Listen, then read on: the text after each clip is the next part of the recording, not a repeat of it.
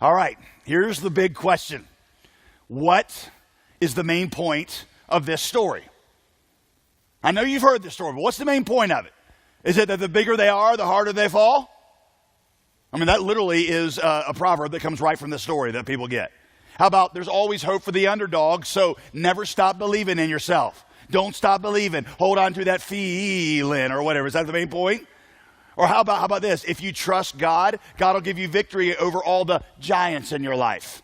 Like maybe a really good football team that you're about to play, or maybe a lousy job, or maybe cancer. Or how about this? Is the main point? God has appointed you to conquer the giant of mediocrity and dominate in your workplace. I've heard all of these as the explanation for this story, right? Are those the main point of this story? What do you think? Ladies and gentlemen, this is the audience participation part of the program. What do you think?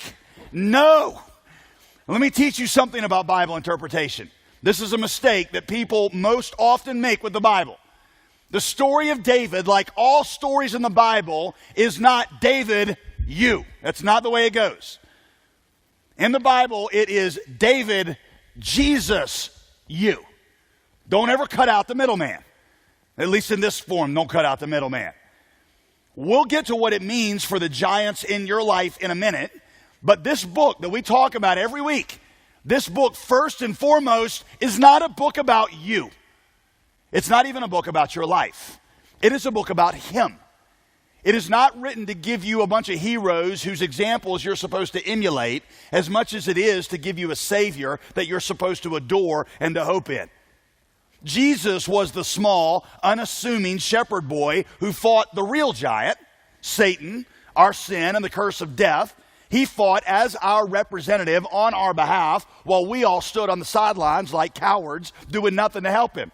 As our representative, Jesus lived the life we were supposed to live, and then he died the death that we were condemned to die in our place. And just like David, Jesus was opposed by all of his brothers, and he was abandoned by everybody at the moment of battle. He walked out on that field all alone, and he conquered the giant all by himself. And now we, his brothers, who stood like cowards on the sidelines while he went and did it, we get to share in the plunder of his victory, even though we did not even lift a finger to help him.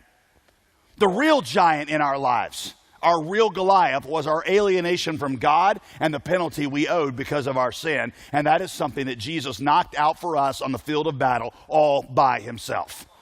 So David, Jesus, now you. All right? Because after we do that, now you can understand what it means for your life. Number one, because Jesus has taken out the real giant in my life, I can bravely face all the lesser giants.